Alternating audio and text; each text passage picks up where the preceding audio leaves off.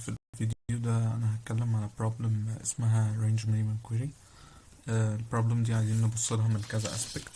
الأول هنبص على الحل النايف بتاعها، وبعدين هنتفرج على حاجة اسمها block decomposition، وبعد كده هنشوف more sophisticated structure زي segment tree والsparse table. السلايدز دي من جامعة كورنيل، هو واحد من ال ACM finalist هو اللي عدها يعني. هحط اللينك بتاعها في الديسكريبشن. الأول البروبلم بتاعت الرينج مينيمم كويري بتقول ايه؟ عندي array فيه شوية أرقام، عايز أديك رينج من L ل R وتطلع لي الإليمنت المينيمم في الرينج ده. يعني مثلا لو قلنا array المينيمم من الرينج 1 ل5، يبقى المينيمم فيه كده هعدي عليهم كلهم أشوف ايه 10، يبقى الإجابة 10. تمام، ده الحل بشكل نايف. الحل ده الكومبلكسيتي بتاعته قد ايه؟ هي actually r minus l plus 1 اللي هو الطول اللي انا بعدي عليه ده، بس في الورست كيس ممكن تبقى n لو يعني من طول الاري كلها بعدي عليه. تمام. طيب لو عندنا m queries، يعني مش بعمل بس query واحدة على الاري، هتبقى الكومبلكسيتي عاملة ايه؟ هتبقى ببساطة m في n. انا كل مرة بعمل order n operation اللي هي بتاعت الرينج الكويري نفسها. طيب ممكن نحسن عن كده. قالك هو انا اصلا السيرش سبيس بتاعي عبارة عن ايه؟ هو انا عندي مجموعة سلوتس كده في الاري. تمام، السلوتس دي عددها قد ايه؟ لو قلنا ده n وده n minus 1 وده n minus 2، فبالسميشن لو عملت السميشن من 1 ل n هتبقى n plus 1 في n على 2. تمام، يعني انا عندي order n square slots. كل سلوت من دول بيعبر عن ايه؟ بيشيل المينيمم من الرينج. يعني لو انا واقف عند 0 0 هشيل المينيمم بتاع الاري في الرينج من 0 ل 0 39. لو انا واقف عند 0 2 مثلا، يبقى الخانة دي هتشيل المينيمم من 0 ل 2 اللي هو في الحالة دي 10. تمام. طيب لو قدرت احسب الشكل ده كله عند كل سلوت، اقدر اجاوب بعدها الكويري الواحدة اللي هم لما بعملهم m تايمز هجاوبها في O of 1. تمام. طيب الفكرة بقى ازاي اعمل computation للتيبل ده كله؟ ممكن اعمل الكمبيوتيشن في order n cube. ازاي؟ ان انا هعدي على كل خانة موجودة في التيبل ده، واعمل عليها النايف كويري اللي احنا اتكلمنا فيها في الاول. تمام، دي الاوردر بتاع n، والiterations دي كلها تتكلف n سكوير، يبقى in total n سكوير في n كيوب. اوكي، هعمل الكلام ده m times عشان عندي m queries، هتبقى O of n cube plus n.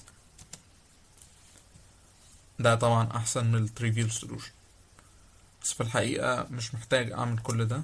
انا ممكن اعمل الكويري دي بشكل، يعني بدل ما اعملها في n square n cube ممكن اعملها في n square عن طريق some sort of dynamic programming.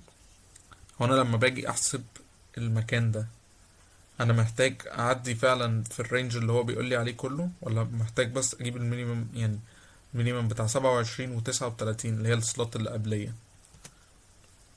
كذا نفس الكلام، دلوقتي انا زودت ال10 في الويندو بتاعتي، مش محتاج ارجع احسب في الرينج كله من 0 ل 2، لا ده بس بشوف المينيمم في السلوت اللي قبليه لان دي كان فيها اجابه، فاكني باخد الريزلت اللي معمول لها كاش في السلوت اللي قبليه. ده يعتبر some sort of dynamic programming.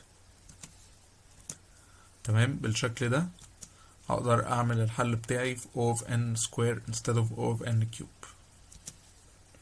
تمام، لو بصينا على الجراف ده بيقول لي ايه؟ بيقول لي لو انا في trivial solution فانا مش محتاج اعمل pre processing، وبالتالي هيبقى constant time يعني، والquery نفسها بتتجاوب في O of n.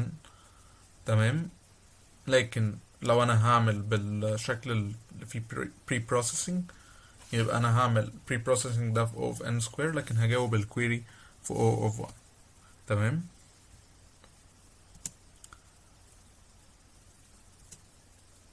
طيب في فكرة بقى تانية أذكى شوية. بدل ما اخلي الاري عندي بشكل contiguous كده موجود. طب ما انا ممكن اعمل blocking للاري ده. يعني ايه؟ يعني كل 2 elements مع بعض اقوم حاططهم في بلوك. ده لو السايز بتاع البلوك 2. تمام. اخد 39 و27، اشوف البلوك ده احط فيه المينيمم بتاعه 27. هنا 10 و55 يبقى المينيمم 10. 42 60 المينيمم 42 وهكذا. تمام. فانا دلوقتي قللت يعني بدل ما ببص في الاري كلها، لا ده انا ببص في بلوكس، بدور في بلوكس موجوده، البلوكس دي شايله المينيمم بتاعها. تمام.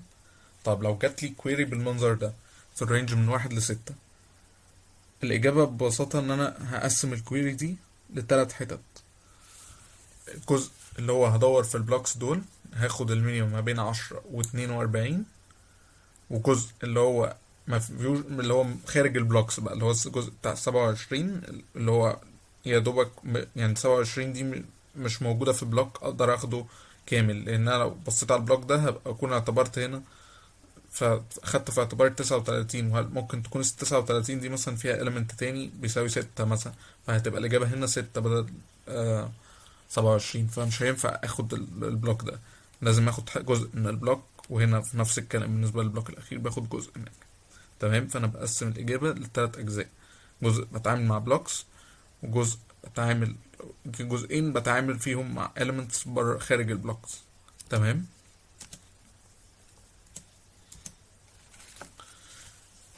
طيب ازاي ممكن اعمل implementation للكلام ده بالكون؟ الاول هبني اصلا الاري بتاع البلوكس ده عن طريق برضو pre-processing. تمام. هو عدد البلوكس، بلوك نم ده بيعبر عن عدد البلوكس اللي موجودة كلها. تمام. ده عبارة عن ايه؟ عبارة عن n السيلينج بتاع n على b. تمام. السيلينج اللي هو بيتحسب ازاي؟ لو انا مثلا عندي سيلينج x على y. تمام. فالسيلينج بتاع x على y ده بيبقى عبارة عن x plus y على -1 على y. تمام. يعني ورقة وقلم كده هتلاقي ان الايكويشن دي بالظبط بتماب للسيلينج. تمام. بعدين بعدي على كل البلوكس اللي عندي، وانا بعدي كل مرة بزود الاندكس، يعني ال ده بوينتر على الاري نفسه، والاي ده بوينتر على البلوكس اللي هي الاري اللي هو بي، وده بوينتر على الاري اللي هو اي. تمام. فببتدي اول مره بانشيالايز البلوك ده باول element في الاري، وبعدين بعدي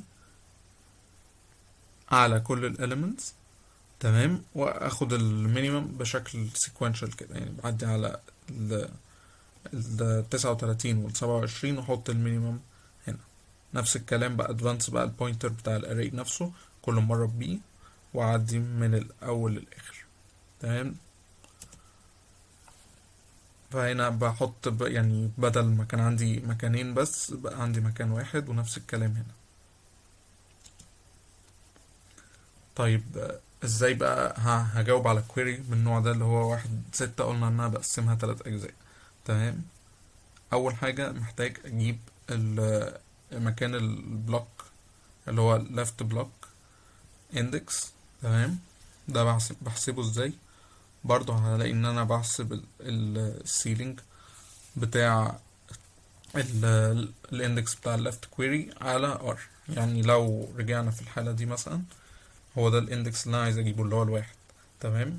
الجزء ده انا عايز اجيب اول ليفت بلوك اتحرك عليه، وبعدين اقوم معدي على كل البلوكس اخد المينيمم بتاعه. يبقى ده ال1 ده هو اللي انا بحسبه ازاي؟ عن طريق ال L plus B minus 1 على B. تمام. ده اللي هو السيلينج بتاع L على B. تمام. وبعدين بحسب الرايت بلوك اندكس ازاي؟ هقول ان انا هزود 1 على هحسب البلوك ده اللي هو التالت، واطرح منه 1، ارجع على البلوك اللي قبل. تمام. فبيعمل الحركة دي ازاي؟ يقول انا هعمل r plus 1 minus على b minus 1. تمام. اللي هو بيجيب الاندكس بتاع البلوك ده وبيطرح منه 1. اوكي. بعدين بقى عايز يجيب المكان بتاع الاري نفسه في الاري الاصليه اللي هي الاري A ده، عايز يعرف هو هيقف فين. يفضل ماشي، يعني هو هيفضل ماشي من L لغايه فين يقف قبل ما يدخل على الجزء بتاع البلوكس. تمام. فبيحسب الجزء ده بان هو بيضرب ال left block index في البي. بي ده اللي هو السايز بتاع البلوك. تمام.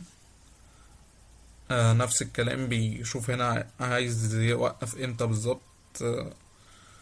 اخر حتة هيقف فيها او اول جزء هيبتدي منه، او هو هنا بيحسب اخر حتة هيقف هنا.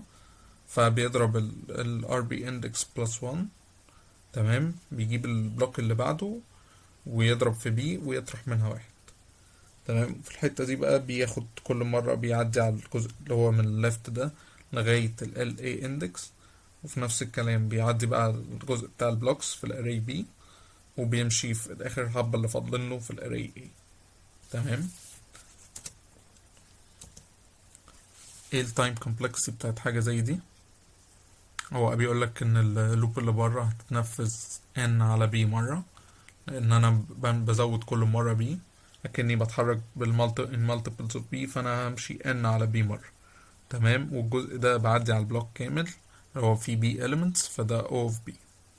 ده لو حسبناها تطلع O of n. تمام. طيب الكويري نفسها بجاوبها في قد ايه؟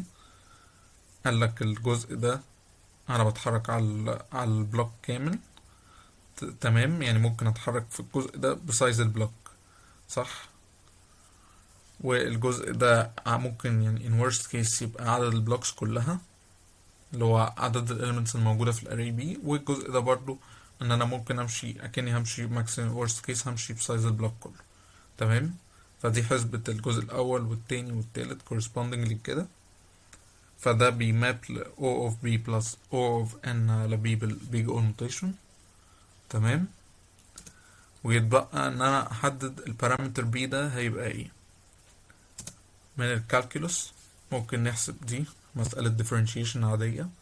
هفاضل بالنسبة لبي واساوي بالصفر. لو فاضلت بالنسبة لبي وساويت بالصفر، في الاخر هيطلعني الاوبتيمم بي ده بالسكوير روت n. ده اللي يعتبر السكوير روت decomposition. لما بيحسب ال RB index بيعمل R plus 1 على B minus 1. ليه بيعمل كده؟ هو باي ديفولت اخر element في البلوك هيبقى هنا مثلا، قلنا البلوك ده هيبقى A5. 5 دي مش بتقبل الاسم على B. تمام. ليه؟ لان احنا بنعمل array zero indexing. تمام. فهو بيزود واحد عشان يخليها تقبل الاسم على B، وبعد كده كأنه بيجيب البلوك اللي بعدها ويطرح واحد، تبقى 5 زائد واحد على 2، تبقى 6 على 2 ب3 ناقص واحد. يرجع البلوك ده يبقى هو ده اخر بلوك وصلت له. لكن هنا مثلا في الحالة بتاعت الأربعة دي أنا مش عايز أجيب البلوك ده لأن الأربعة ده مش آخر element في البلوك. أوكي. فبجيب البلوك اللي قبله اللي هو البلوك ده. تمام. فبيعمل 4 زائد واحد تبقى 5 على 2، تبقى 2 ناقص واحد تبقى واحد. يبقى هو ده آخر بلوك كنت واقف عنده. دلوقتي إن البي أحسن تشويس ليها تبقى بسكوير روت n. تمام. عايز أعرف بقى الكومبلكسيتي بتاعتي هتبقى كام. ان انا اجاوب الكويري هتبقى b اللي هي سكوير روت n زائد n على سكوير روت n اللي هي سكوير روت n. يبقى الكومبلكسيتي بتاعتي عشان اجاوب الكويري هتبقى في الاخر O of سكوير روت n. تمام. دلوقتي هنشوف حل مشكلة الرانج كويري برضو بالسيجمنت تري. دلوقتي السيجمنت تري بتسبورت تو اوبريشنز. انا عايز اعمل مثلا update point update element معين في الاري، اخلي ال a of i بتاعته بتساوي value معينة x، او اعمل ال range query اللي احنا اتكلمنا عليها زي ما كنا بنعمل minimum. ممكن نعمل minimum sum gcd xor maximum. المهم يكون الاوبريتور اللي بنشتغل بيه ده associative، فهي بتسبورت wide range of operations. السيجمنت تري بتقدر تحل الكويريز دي في O of log n per query. دلوقتي هنشوف ازاي ممكن نعمل حاجة زي كده.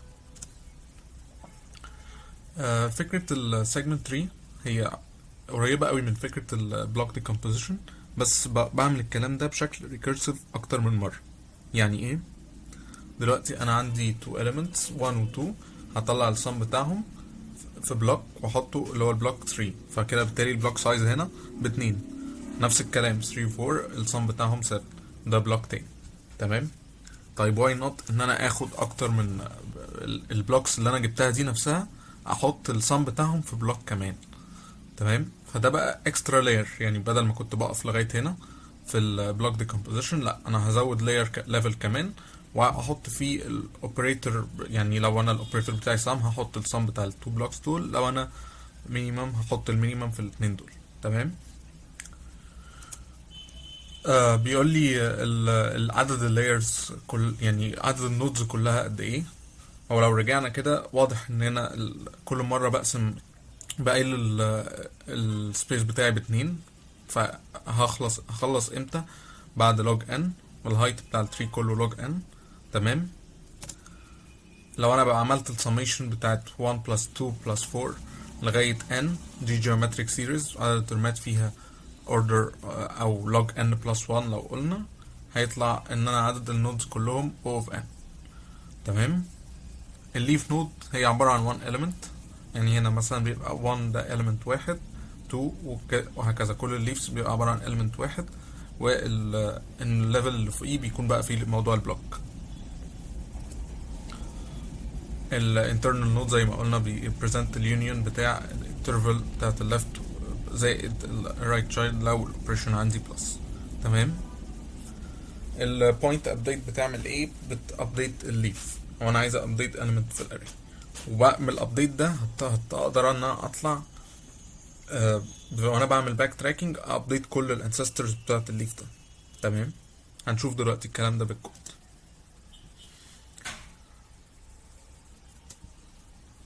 عايزين نشوف فيجواليزيشن كده.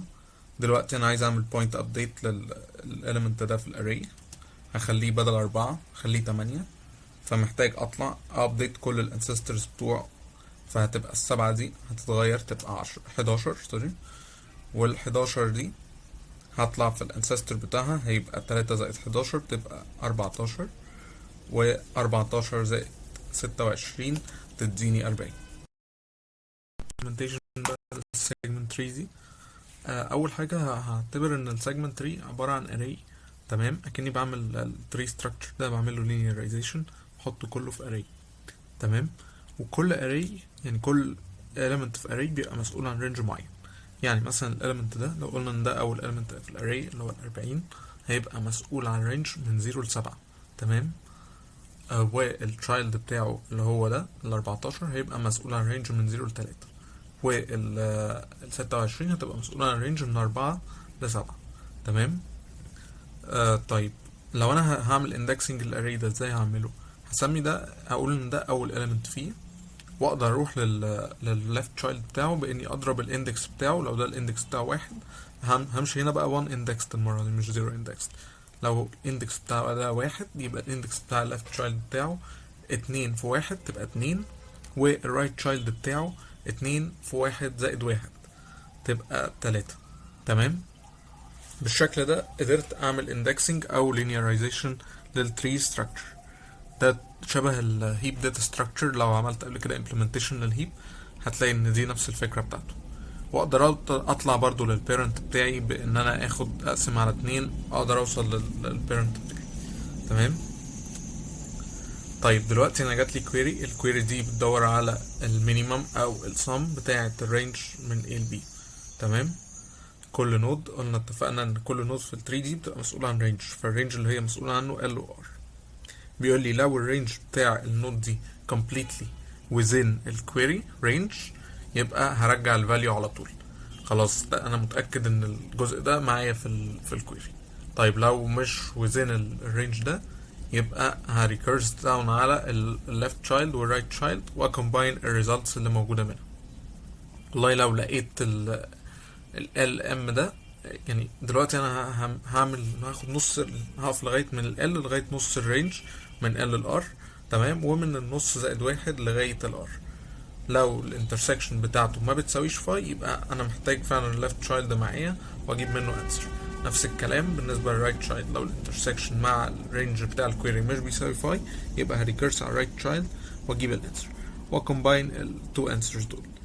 يعني ممكن الجزء ده ما يبقاش واضح قوي بس هيبان بالكود معانا. combination هي مثلا لو في حالة السم كويري هتبقى عن السميشن بتاعت التو ريزلتس اللي انا جبتهم. تمام، يعني ناخد مثال كده على الموضوع. لو انا دلوقتي جايلي رينج من 1 لغاية 4، تمام، هجاوب على الكويري دي ازاي؟ والله انا لقيت هنا مفيش توتال اوفرلاب، فهريكرس على الليفت تشايلد بما انه بيوفرلاب مع الرينج بتاع الكويري، والرايت تشايلد برضه بيوفرلاب مع الرينج بتاع الكويري. تمام، برضه نفس الكلام هنا، مفيش complete overlap، فهريكرس داون. تمام، في الجزء ده، وبرضه هنا هريكرس داون على 11. اوكي، لقيت هنا بقى ال7 بتعمل complete overlap، فدي حاجة كويسة. ولكن ال3 لسه برضه هضطر ريكرس داون، وال11 هضطر ريكرس داون. جبت الانسرز خلاص هنا no more recursion، انت خلاص كده وصلت للليفز. هطلع بقى بيها في الباك تراكنج وكومباين الريزلتس، يعني هاخد الاثنين والخمسة دول والسبعة اطلع بيهم، هيوصل مجموع الكلام ده كله 9 و5، هطلع بيه يبقى 14. عرفت اجاوب على الكويري بالشكل ده. تمام، ازاي بقى اكونستراكت السيجمنت تري؟ والله في طريقة اللي هي تريفيال ان انا اعمل ابديت عند كل element، وانا عارف ان الابديت الواحدة بتاخد log n، فهتبقى n log n عشان اكونستراكت التري. لكن ممكن اعملها كلها من bottom up كده، ابتدي اكونستراكت layer by layer من اول الليفز لغاية الروت for of n.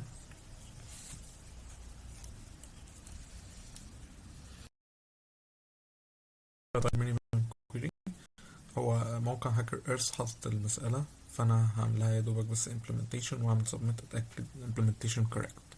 تمام، هو بيديني ايه n و q. n و q ده عدد ال elements اللي في array، و q عدد ال queries اللي هيعملها، وال queries لو هي q هيرجع ال minimum من في ال elements من 1 ل5. ناخد بالنا هو هنا شغال 1 indexed. تمام، لو u يبقى هيعمل update للفاليو في slot رقم 3 ل6 مثلا. تمام، فعايزين implement الكلام ده. اول حاجة انا عملت بس كتبت static كده كود اللي هو الجزء بتاع reading الانبوت. تمام، ده بس عشان الفاست انبوت كده بيقرا كل الاليمنتس اللي في array. بعدين المفروض ان هو بيبني segment tree data structure، وبعدين بيقرا الكويري ويشوف لو هي update ولا لو هي query عادية، وعلى اساسه بينادي الفانكشن corresponding ليها. تمام، بالنسبة بس عشان احنا كنا شغالين زيرو indexed في الاري واحنا بنقرا هنا، فانا بنقص بشتغل في الرينج بتاعي من 0 n -1 و l -1 r -1 لو هي query، وفي حالة الابديت بسيب الفاليو زي ما هي اخليها r. تمام، طيب تعالوا بقى نشوف ايه الفانكشنز اللي عندنا. اول حاجة عندي الفانكشن بتاعت البيلد. البيلد دي بتاخد 3 parameters. البوزيشن ده هو الاندكس بتاع على الاري اللي هي بتاعت التري، احنا قلنا هنimplement التري كأنها array. تمام، وال L وال R ده الرينج اللي بيكفروا المكان ده في التري. التري كل مكان، كل نود في التري بتكفر رينج معين. تمام، فدلوقتي انا هبتدي ابيلد كده التري. اول حاجه لو ال L equal R ده معناه ان انا واقف عند الليف، فده انا قلنا هنبني ال 3 دي بشكل ريكيرسيف، فانا وانا واقف عند الليف يبقى انا كده خلاص وصلت للبيس كيس. يبقى هسيت ال 3 of position equal A of L مثلا او R، مش هتفرق، الاثنين equal. تمام، else غير كده هعمل recursive calls للبيلد 2 في position. 2 في position ده بجيب الليفت تشايلد. تمام، و L mid. الميد ده هيكون عبارة عن ايه؟ هو نص الرينج، فلو قلنا int mid equal L plus R على 2. تمام، و build 2 في position plus 1 وال mid plus 1 و R. تمام، في الاخر خالص بست ان ال 3 of position هو المينيموم ما بين ال left child بتاعي اللي هو 2 في position و right child بتاعي اللي هو 2 في position plus 1. تمام، دي كده function البين. طيب function الابديت، اول حاجة في الابديت لو لقيت برضو ال L equal R، ده معناها ان انا واقف عند الليف خلاص، فمحتاج اسيت الفاليو دي في ال tree. هقول له tree of position equal value. تمام. else هجيب الميد برضو، هيبقى نص مكان بالظبط الموجود في نص الرينج. اشوف هدخل في هريكيرس على الليفت تشايلد بتاعي ولا على الرايت تشايلد بتاعي. فبعمل تشيك ده ازاي؟ اشوف لو الاندكس اصغر من او قد الميد، else لو هو اصغر من او قد الميد فانا هريكيرس على الليفت تشايلد بتاعي، يبقى هروح على 2 في البوزيشن. تمام. الميد واندكس وفاليو زي ما هو. غير كده update 2 في position plus 1 واروح على ال mid plus 1 و r index و value زي ما هما. في الاخر خالص بقول له ال tree of position، ان انا خلاص عملت update فلازم update برضو بشكل recursive، ان انا خلاص update ال position left child بتاعي وال right child بتاعي، بشوف منهم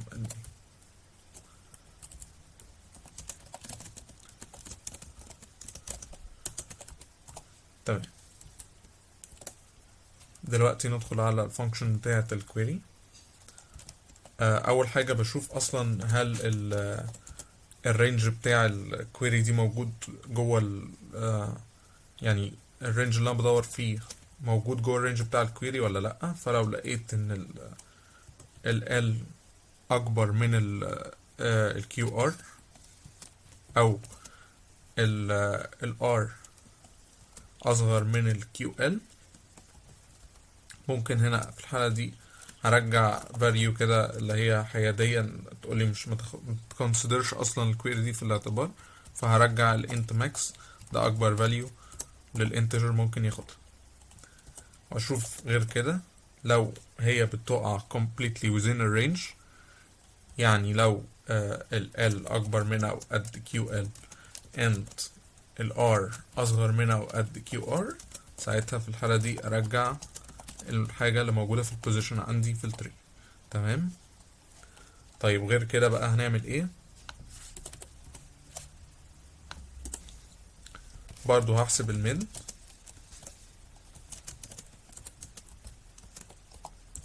وهريكيرس على ال two children بتوعي. فهقول tree of position equal minimum query، او مش tree of position بقى المرة دي، انا برجع على طول، مش بساوي، مش بغير حاجة في التري بتاعتي، التري تفضل زي ما هي، انا بس بجاوب على الكويري. فهتبقى 2 في position وال L mid QL QR و query 2 في position plus 1 mid plus 1 R QL QR. تمام كده. نجرب كده، ناخد الكود ده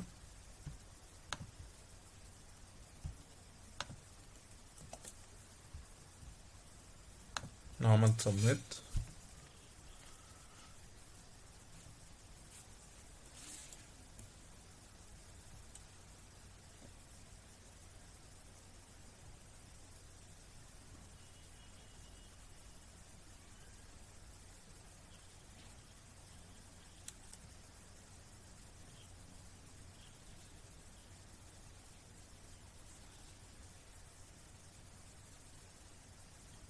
مش عارف طول كده ليه.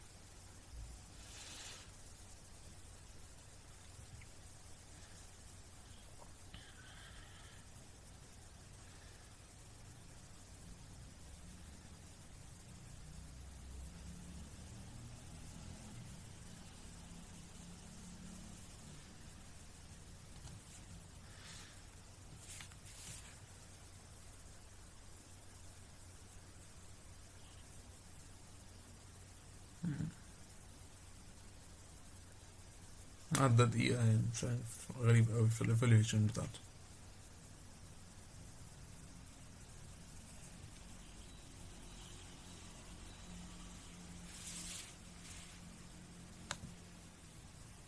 accept.